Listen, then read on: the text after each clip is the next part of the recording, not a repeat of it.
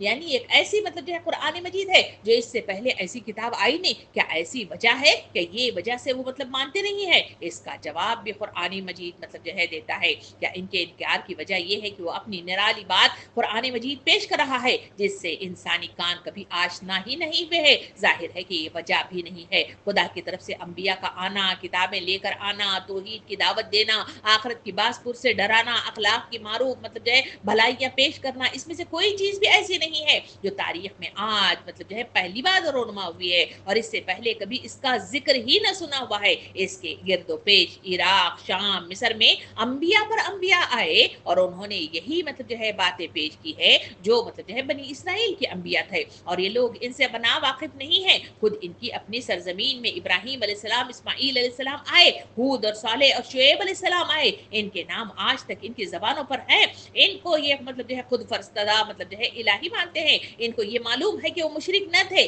بلکہ الہ خدا واحد کی بندگی کرتے تھے، اسی لیے در حقیقت ان کے انکار کی وجہ یہ بھی نہیں ہے، یہ بالکل ہی انوکھی بات سن رہے ہیں جو کبھی مطلب سنی نہیں تھی، یہ وجہ بھی نہیں ہے۔ اللہ تعالیٰ نیکسٹ مطلب پوچھتا ہے تو کیا یہ اپنے رسول سے کبھی کے بعد نا واقف نہ تھے کہ انجانا آدمی ہونے کے باعث مطلب جو ہے ان سے بدکتے ہیں؟ کیا یہ اس کی وجہ ہے؟ اس پر بھی مطلب جو ہے اللہ رب العالمین ہمارے سامنے وہ منظر مطلب جو ہے پیش کر رہا ہے جو تاریخ کے آئینے میں ہمیں نظر آتا ہے کہ ان کا انکار کی وجہ یہ بھی نہیں ہے کہ یہ بالکل اجنبی آدمی ہے جس سے کبھی واقف ہی نہ تھے، اچانک ان کے سامنے آ کر کھڑا ہو گیا، یعنی کون؟ محمد صلی اللہ علیہ وسلم، اور کہتے ہیں کہ مطلب مجھے مان لو۔ ظاہر ہے کہ یہ بات بھی نہیں ہے، جو شخص دعوت پیش کر رہا ہے وہ اس کی اپنی برادری کا آدمی ہے، اس کی نسبتی شرافت اس سے مطلب جو ہے مخفی نہیں ہے، ان کی ذاتی زندگی اس سے چھپی بھی نہیں ہے، بچپن سے جوانی اور جوانی سے بڑھاپے کی سرحد تک وہ اس کے سامنے پہنچا ہے، اس کی صداقت، ان کی راست بازی، ان کی امانت، ان کی مطلب جو ہے حضور صلی اللہ علیہ وسلم کی بے داغ مطلب جو ہے سیرت، یہ خوب اس سے واقف ہے، اس کو خود وہ امین کہتے ہیں، ان کی دیانت پر ان کی ساری مطلب جو ہے برادری مطلب جو ہے بھروسہ کرتی ہے، ان کے بدترین مطلب جو ہے دشمن تک یہ مانتے ہیں کہ وہ کبھی جھوٹ نہیں بولتا، ان کی پوری مطلب جو ہے جوانی عفت اور پاک دامنی کے ساتھ گزری ہے، سب کو معلوم ہے کہ وہ نہایت شریف اور نہایت نیک آدمی ہے، حلیم ہے، حق پسند ہے، امن پسند ہے، جھگڑوں سے کفار جھگڑوں سے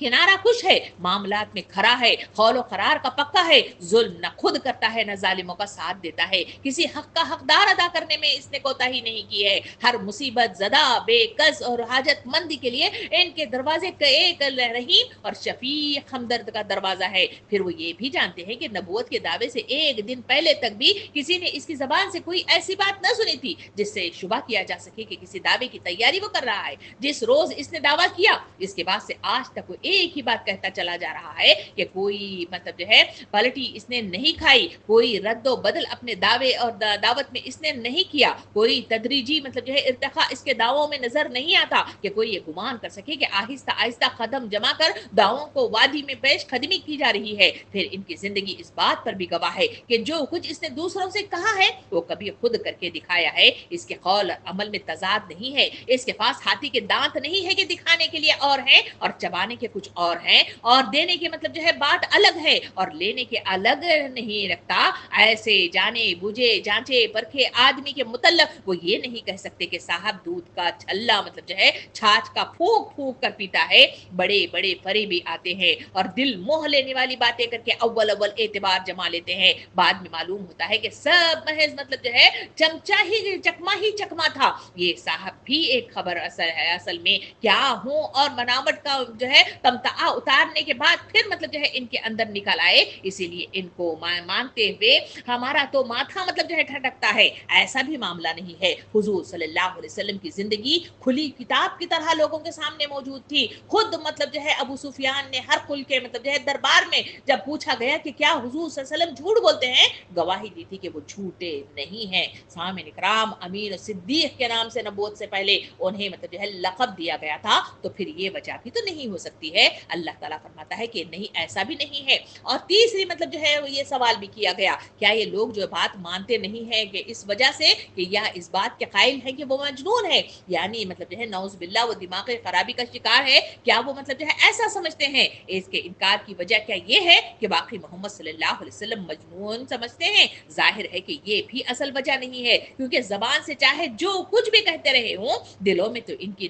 دانائی وزیر کے قائل ہے، اور علاوہ بری یہ ہے کہ ایک پاگل اور ایک ہوش مند آدمی کا فرق کوئی ایسا چھپا ہوا تو نہیں ہوتا کہ دونوں میں تمیز کرنا مشکل ہو جائے۔ آخر ایک ہر دھرم بے آدمی کے سوا کون مطلب جو ہے اس کلام کو سن کر یہ کہہ سکتا ہے کہ یہ کسی دیوانے کا کلام ہے، اور اس شخص کی زندگی کو دیکھ کر یہ رائے ظاہر کر سکتا ہے کہ یہ کسی مطلب جو ہے مقبوض الحواس آدمی کی زندگی ہے۔ بڑا ہی عجیب ہے وہ جنون جو مطلب جو ہے اسے متشرقین مغرب کی مطلب جو ہے بکواس کے مطابق مطلب جو ہے مرگی کا وہ دورہ ہے جس میں آدمی کی زبان سے قرآن جیسا کلام نکلے اور جس میں آدمی ایک تحریک کی ایسی کامیابی رہنمائی کرے کہ اپنے ہی ملک میں نہیں بلکہ دنیا بھر کی قسمت بدل ڈالے۔ تو کیا وہ شخص کو مطلب جو ہے مجنون کہنا مطلب جو ہے کیا مطلب جو ہے صحیح ہے؟ نہیں، یہ بھی مطلب جو ہے وجہ نہیں ہے جس کی طرف وہ مطلب جو ہے مانتے نہیں ہیں۔ یہ کہہ کہ اللہ تعالیٰ فرماتا ہے کہ نہیں، وہ حق لایا ہے، حق ہی اس کی کثرت کو ناگوار ہے۔ یعنی یہ وجہ مطلب جو ہے اللہ تعالیٰ بتاتا ہے کہ اصل وجہ ہے کہ یہ کچھ بھی مطلب جو ہے ان کی شخصیت کے تعلق سے کوئی نہیں، بلکہ وجہ یہ ہے کہ حق کو مانتے نہیں ہے، حق ان کے لیے صحیح مطلب جو ہے وہ اکثریت کو ان کی ناگوار ہے۔ اور اگر حق ان کے خواہشات کے پیچھے چلتا تو زمین اور آسمان اور اس کی ساری آبادی کا نظام درہم برہم ہو جاتا۔ یعنی یہاں کہا گیا کہ اگر مطلب جو ہے حق تمہارے مطلب جو ہے خواہشات کے مطابق، تمہارے ارادوں کے مطابق، تمہاری مطلب جو ہے سوچوں کے مطابق اگر مطلب جو ہے چلنا شروع ہو جاتا تو پھر نظام مطلب جو ہے درہم برہم ہو جاتا۔ جیسا کہ شاعر کہتا ہے کہ اگر دو خدا ہوتے سنسار میں تو دونوں بھلا ہوتے سنسار میں۔ یعنی ایک جگہ مطلب جو ہے نظام کائنات اپنے خواہشات کے مطابق نہیں چل سکتا، اسی وجہ سے اللہ تعالیٰ فرماتا ہے کہ نہیں، بلکہ ہم ان کا اپنا ہی ذکر ان کے پاس لائے ہیں اور وہ اپنے ذکر سے منہ موڑ رہے ہیں۔ یعنی مطلب جو ہے قرآن مجید کا جو تذکرہ ہے وہ قرآن مجید انسانوں کی اصلاح کا سامان لایا ہے، انسانوں کی شخصیت بنانے کا سامان لایا ہے، انسانوں کی تربیت کا سامان لایا ہے، اور یہ اس کا اپنا ذکر ہے۔ جب یہ ذکر آیا تو پھر مطلب جو ہے وہ اس ذکر سے منہ موڑتا ہے، اس سے بدک جاتا ہے، اس سے پیچھے ہٹ جاتا ہے، اس میں غفلت کا شکار ہو جاتا ہے۔ اسی وجہ سے اس کا یہ حال ہے کہ وہ نافرمانی کرتا ہے اور مطلب جو ہے سرکشی اختیار کرتا ہے اور پیچھے ہٹ جاتا ہے۔ سامعین اکرام، یہ ہے آیت نمبر 64 سے 71 تک کی آیات جو مطلب جو ہے آپ کے سامنے کھل کر مطلب جو ہے اس کی تفسیر پیش کی گئی۔ یہ آیات مجھے اور آپ کو پیغام دیتی ہیں کہ لوگوں، اصل حقیقت یہ ہے کہ اللہ رب العالمین جو شخص مطلب جو ہے دنیا کی طرف جھک جاتا ہے، دنیا کو سمیٹنے میں لگ جاتا ہے، تو وہاں اسے اللہ کی جب پکڑ آ جائے تو ایسی جگہ سے آ جاتی ہے جہاں سے بھاگنا ممکنات نہیں ہے۔ وہاں مطلب جو ہے اس کی فریاد رسی، چاہے مطلب جو ہے اس عذابات دنیا کی مطلب جو ہے مد میں وہ ہو، یا پھر مطلب جو ہے پکڑ کر کھینچ کر جب دربار خدا کے سامنے لے کر مطلب میدان حشر میں پیش کیا جائے گا یا خبر کی کال کوٹری میں مدفون ہو جائے گا، تو وہاں پر بھی اس کی فریاد رسی جو مختلف آیات کے ذریعے سے ہمارے سامنے آئی، وہاں اس کی فریاد رسی کوئی کام نہیں آئے گی۔ تمہاری مطلب جو ہے یہ انکار وجہ مطلب جو ہے وقت رسول صلی اللہ علیہ وسلم کی کوئی زندگی کی کوئی مطلب جو ہے شخصیت کی کوئی کمی نہیں، بلکہ تمہاری وجہ یہ ہے تم اسلام کو پسند نہیں کرتے، اسلام کی مطلب جو ہے قیام کو پسند نہیں کرتے، اپنے فرض